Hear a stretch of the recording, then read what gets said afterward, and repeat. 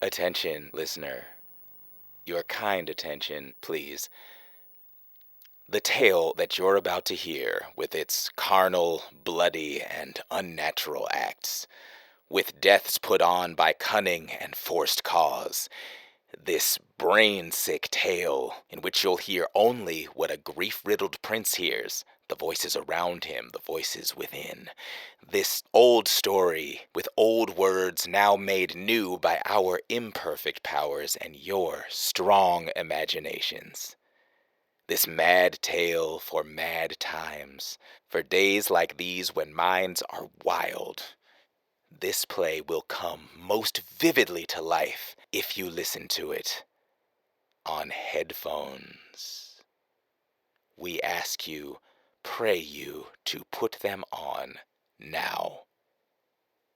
You have 5, 4, 3, 2, 1. Let us once again assail your ears that are so fortified against our story.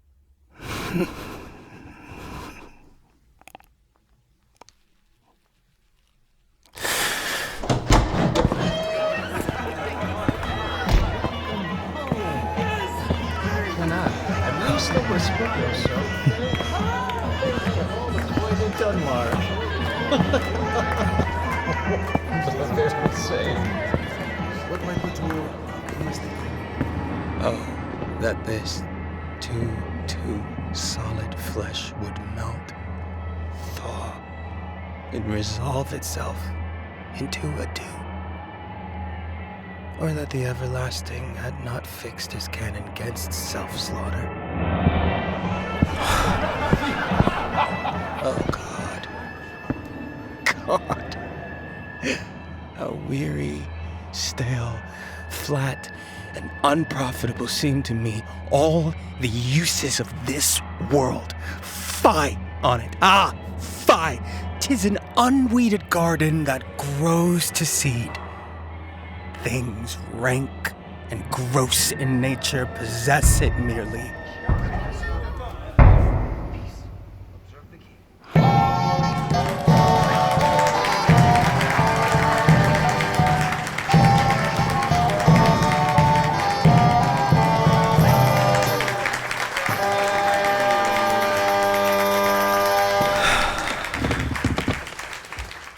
Though yet of Hamlet, our dear brother's death, the memory be green, and that it us befitted to bear our hearts in grief, and our whole kingdom to be contracted in one brow of woe.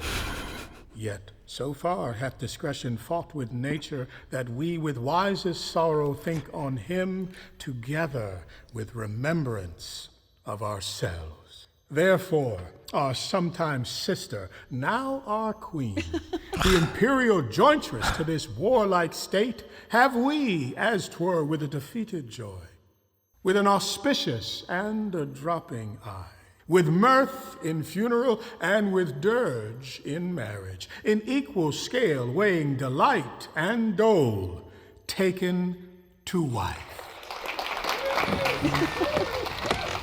Now follows what you know. Young Fortinbras, holding a weak supposal of our worth, or thinking, by our late dear brother's death, our state to be decayed. That it should come to this. But 2 months dead, nay, not so much, not 2. So excellent a king that was to this, Hyperion to a satyr. So loving to my mother, that he might not beteem the winds of heaven visit her face too roughly. Heaven and earth. Must I remember?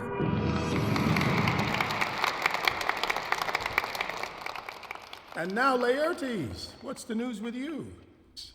What wouldst thou beg, Laertes? That shall not be my offer, not thy asking. My dread lord, your leave and favor to return to France, from whence though willingly I came to Denmark to show my duty in your coronation, yet now, I must confess, that duty done, my thoughts and wishes bend again toward France, and bow them to your gracious leave and pardon. Have you your father's leave? What says Polonius? He hath, my lord, wrung from me my slow leave.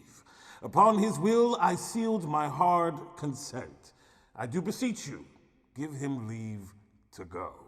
Take thy fair hour, Laertes, time be thine, and thy best graces spend it at thy will.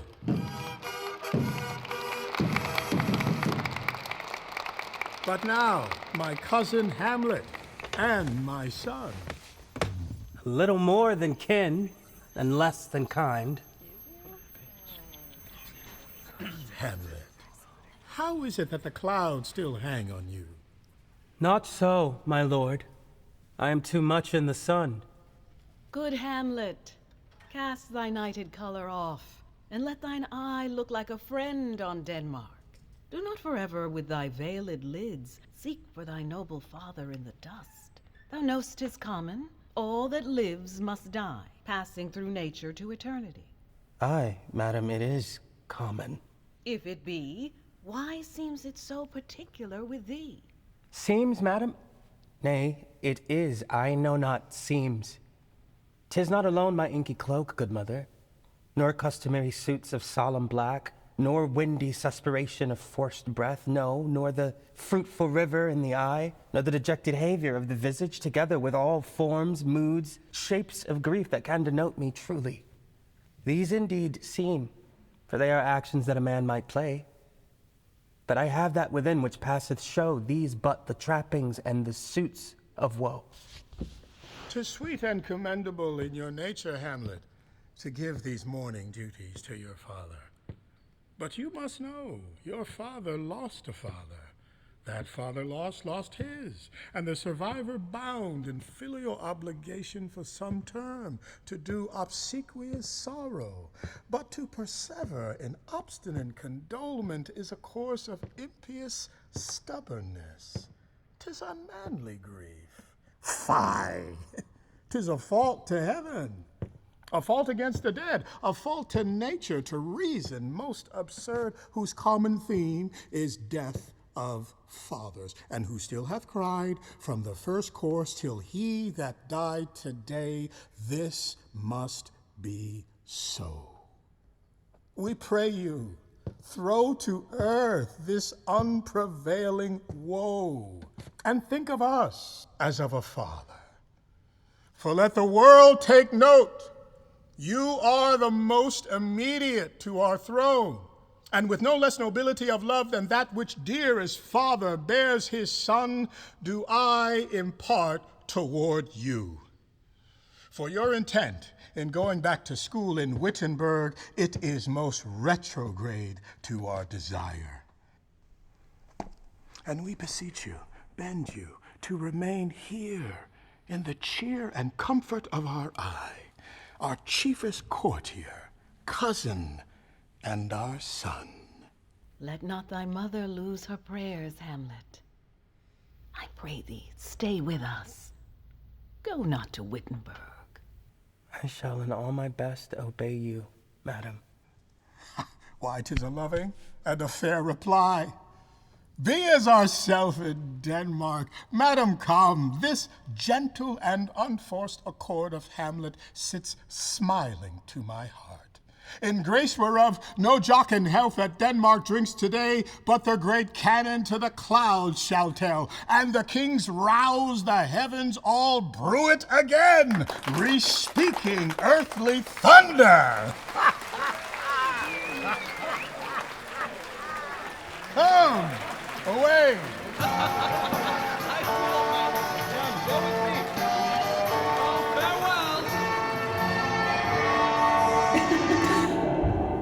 Must I remember? Why, she would hang on him as if increase of appetite had grown by what it fed on. And yet within a month, let me not think on it. frailty, thy name is woman. A little month, or ere those shoes were old with which she followed my poor father's body, like Niobe, all tears. Why, she, even she, oh God, a beast that wants discourse of reason would have mourned longer, married with my uncle, my father's brother, but no more like my father than I to Hercules, within a month. Ere yet the salt of most unrighteous tears had left the flushing in her galled eyes, she married. Oh, most wicked speed, to post with such dexterity to incestuous sheets. It is not, nor it cannot come to good, but break my heart, for I must hold my tongue. Hail to your lordship. I am glad to see you well. Horatio, or I do forget myself. The same, my lord, and your poor servant ever. Sir, my good friend. I'll change that name with you. And what make you from Wittenberg, Horatio? Marcellus? My good lord. I am very glad to see you. Good even, sir. But what in faith make you from Wittenberg? A truant disposition, good my lord. I would not hear your enemies say so, nor shall you do mine ear that violence to make it truster of your own report against yourself. I know you are no truant. But what is your affair in Elsinore? We'll teach you to drink deep ere you depart. My lord, I came to see your father's funeral. I pray thee, do not mock me, fellow student. I think it was to see my mother's wedding. Indeed, my lord, it followed hard upon. Oh, thrift, Horatio. The funeral baked meats did coldly furnish forth the marriage tables. Would I had met my dearest foe in heaven, or ever I had seen that day, Horatio. My father. Methinks I see my father. Where, my lord? In my mind's eye, Horatio. I saw him once. He was a goodly king. He was a man. Take him for all in all. I shall not look upon his like again. My lord, I think I saw him yesternight. Saw? Who? My lord, the king, your father. The king, my father. Season your admiration for a while with an attent ear, while I may deliver upon the witness of this gentleman, this marvel to you. For God's love, let me hear. 2 nights together had some gentlemen, Marcellus and Bernardo, on their watch, in the dead vast and middle of the night, been thus encountered. A figure like your father, armed at point exactly, cap a pay, appears before them, and with solemn march goes slow and stately by them. Thrice he walked by their oppressed and fear-surprised eyes within his truncheon's length, whilst they, distilled almost to jelly with the act of fear, stand dumb and speak not to him. This to me in dreadful secrecy impart they did, and I with them the 3rd night kept the watch, where as they had delivered, both in time, form of the thing, each word made true and good, the apparition comes. I knew your father. These hands are not more like. But where was this? My lord, upon the platform where we watched. Did you not speak to it? My lord, I did, but answer made it none. Yet methought it lifted its head and did address itself to motion, like as it would speak. But even then the morning cock crew loud, and at the sound it shrunk in haste away and vanished from our sight. Oh, 'tis very strange. I do live, my honored lord. 'Tis true, and we did think it writ down in our duty to let you know of it. Indeed, sirs. But this troubles me. Hold you the watch tonight? We do, my lord.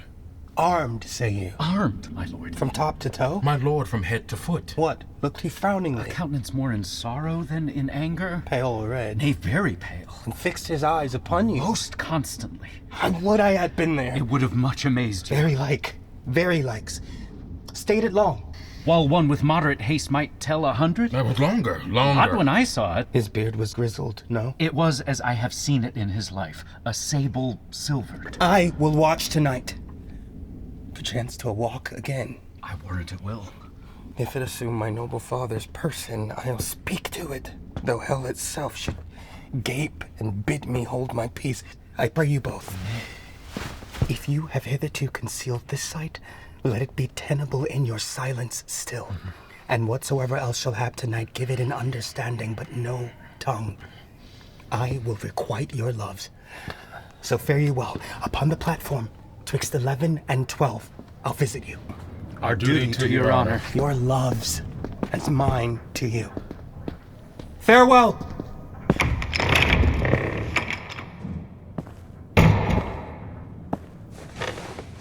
My father's spirit in arms. All is not well. I doubt some foul play. Would the night were come. Till then, sit still, my soul. Foul deeds will rise, though all the earth o'erwhelm them to men's eyes.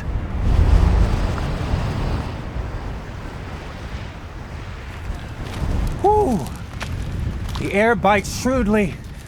It is very cold. It is a nipping and an eager air. What hour now? It lacks of 12. No, it is struck. Indeed? I heard it not. It then draws near the season wherein the spirit held is wont to walk. What does this mean, my lord? The king doth wake tonight and takes his rouse. And as he drains his draughts of Rhenish down, the kettle drum and trumpet thus bray out the triumph of his pledge. Is it a custom? Aye, marry, is't. But to my mind, though I am native here and to the manor born, it is a custom more honored in the breach than the observance. This heavy-headed revel east and west makes us traduced and taxed of other nations. They clap us drunkards, and with swinish phrase soil our addition. And indeed, it takes from our achievements though performed at Look, height. my lord! It comes! Angels and ministers of grace, defend us. Be thou a spirit of health or goblin damned. Bring with thee airs from heaven or blasts from hell. Be thy intents wicked or charitable. Thou comest in such a questionable shape that I will speak to thee. I'll call thee Hamlet, King, Father, Royal Dane. Oh, answer me! Let me not burst in ignorance, but tell why thy canonized bones, hearsed in death, have burst their cerements. Why the sepulchre wherein we saw thee quietly inurned hath oped his ponderous and marble jaws to cast thee up again, and we, fools of nature, so horridly to shake our disposition with thoughts beyond the reaches of our souls. Say, why is this? Wherefore? What should we do? It beckons you to go away with it, as if it's some impartmented desire to you alone. But do not go with it. No, by no means. It will not speak, then I will follow. Do not, my lord. Why, what should be the fear? I do not set my life at a pin's fee. And for my soul, what can it do to that, being a thing immortal as itself?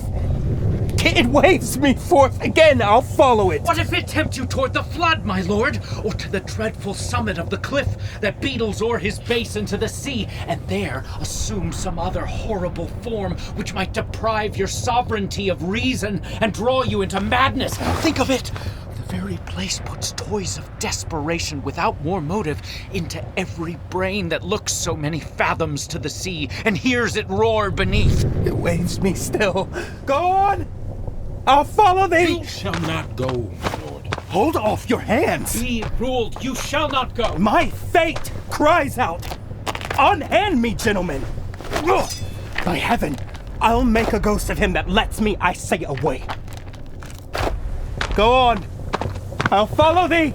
Lord Hamlet! Something is rotten in the state of Denmark.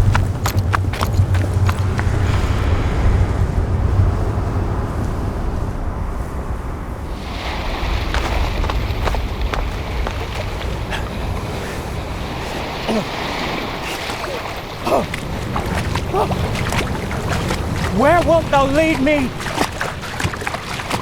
Speak! I'll go no further. Mark me. I will. My hour is almost come, when I to sulphurous and tormenting flames must render up myself. Alas, poor ghost. Pity me not, but lend thy serious hearing to what I shall unfold. Speak. I am bound to hear. So art thou to revenge when thou shalt hear. What? I am thy father's spirit, doomed for a certain turn to walk the night, and for the day confined to fast in fires, till the foul crimes done in my days of nature are burnt and purged away. But that I am forbid to tell the secrets of my prison house? I could a tale unfold whose lightest word would harrow up thy soul, freeze thy young blood, make thy two eyes like stars start from their spheres, thy knotted and combined locks to part, and each particular hair to stand on end, like quills upon the fretful porpentine. But this eternal blazon must not be to ears of flesh and blood. List, list, oh, list. If thou didst ever thy dear father love, Oh, God. revenge is foul and most unnatural murder. Murder?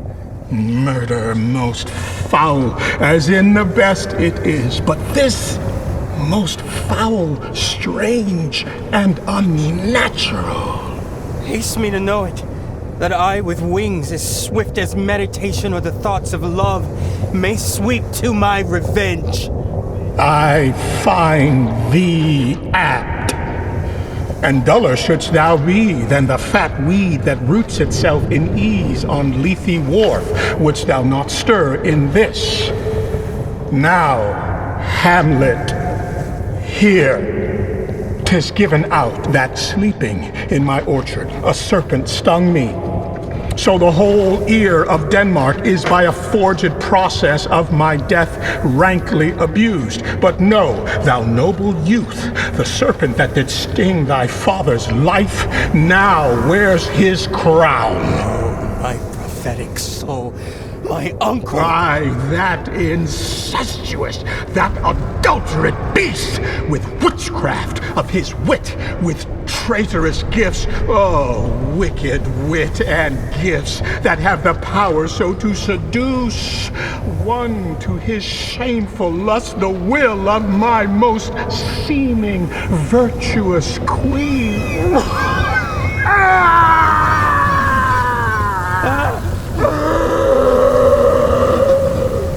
But soft, methinks I scent the morning air. Brief let me be. Sleeping within my orchard, my custom always of the afternoon, upon my secure hour, thy uncle stole with juice of cursed Heavenon in a vial, and in the porches of my ears did pour the leprous distilment, whose effect holds such an enmity with blood of man, that swift as quicksilver it courses through the natural gates and alleys of the body, and with a sudden vigor doth posset and curd like eager droppings into milk, the thin and wholesome blood. So did it mine. Thus was I sleeping by a brother's hand of life, of crown, of queen, at once dispatched, cut off, even in the blossoms of my sin, no reckoning made, but sent to my account with all my imperfections on my head. Horrible! Oh, horrible! Most horrible! If thou hast nature in thee, bear it not. Let not the royal bed of Denmark be a couch for luxury and damned incest. But howsoever thou pursuest this act, taint not thy mind, nor let thy soul contrive against thy mother aught. Leave her to heaven, and to those thorns that in her bosom lodge, to prick and sting her. Oh, fare thee well at once, The glowworm shows the madden to be near, and begins to pale his uneffectual fire. And you,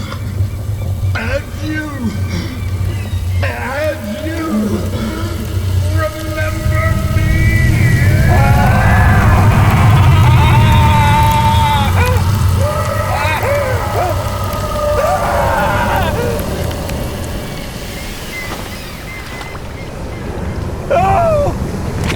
Oh, you host of heaven!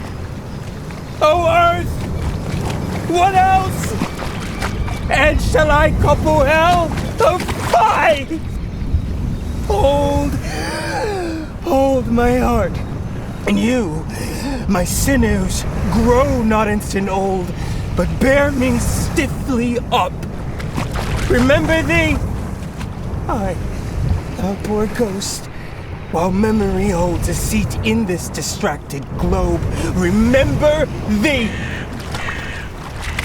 Yea, from the table of my memory I'll wipe away all trivial fond records, all saws of books, all forms, all pressures past that youth and observation copied there. And thy commandment all alone shall live within the book and volume of my brain, unmixed with baser matter, yea, by heaven! Oh, most pernicious woman! Oh, villain, smiling, damned villain! My tables, meet it as I set it down, that one may smile and be a villain. At least I am sure it may be so in Denmark. So, uncle, there you are.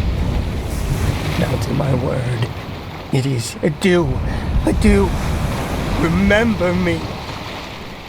I have sworn it. My lord!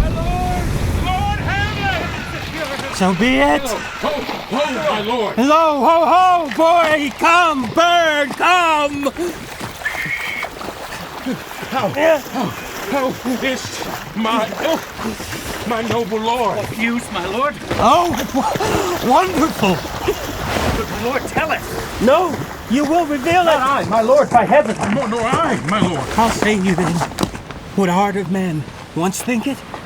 But you'll be secret? I, by heaven, my lord! There's ne'er a villain dwelling in all Denmark, but he's an arrant knave. There needs no ghost, my lord, come from the grave to tell us this. Why, right! You are in the right. And so, without more circumstance at all, I hold it fit that we shake hands and part. You, as your business and desire shall point you, for every man has business and desire such as it is, and for my own poor part, I will go pray. These are but wild and whirling words, my lord. I'm sorry they offend you heartily. Yes, faith, heartily. There's no offense, my lord. Yes! By St. Patrick, but there is, Horatio, and much offense too. Touching this vision here, it is an honest ghost, that let me tell you. For your desire to know what is between us, or master it as you may. And now, good friends, as you are friends, scholars, and soldiers, give me one poor request. What is, my lord? We will. Never make known what you have seen tonight. My lord, we will not. Nay, but swear it. In faith, my lord, not I. Nor I, my lord, in faith. Upon my sword. We have sworn, my lord, already. Indeed. Upon my sword, indeed. Swear. Ha, boy! Say'st thou so? Art thou there, true pity?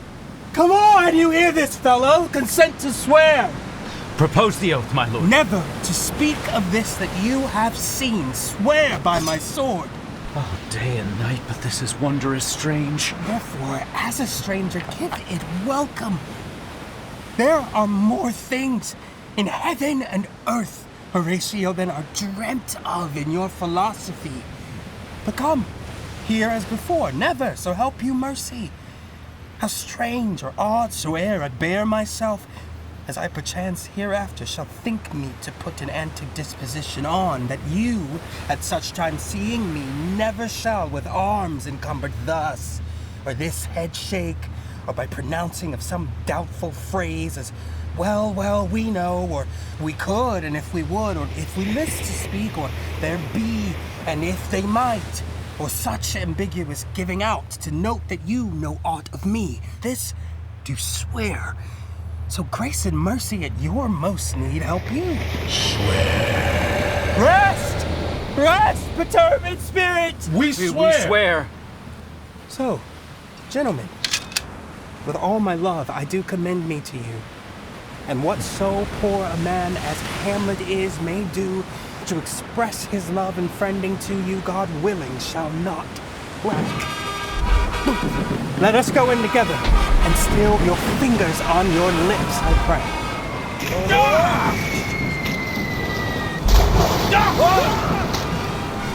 Time is out of joint.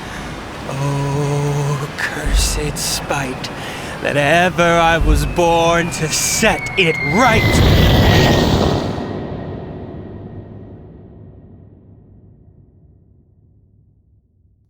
Make Believe Association presents Hamlet by William Shakespeare. Adapted and directed by Jeremy McCarter. Sound design by Mikhail Fixel. Executive produced by Emilia LaPinta and Jeremy McCarter. Starring Daniel Kyri.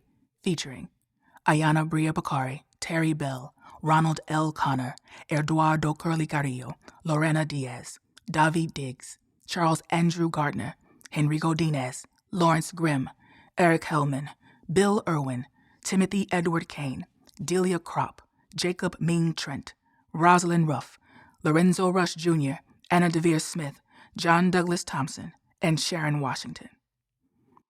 Associate Director Sidney Charles. Casting Director Laura Alcalá Baker.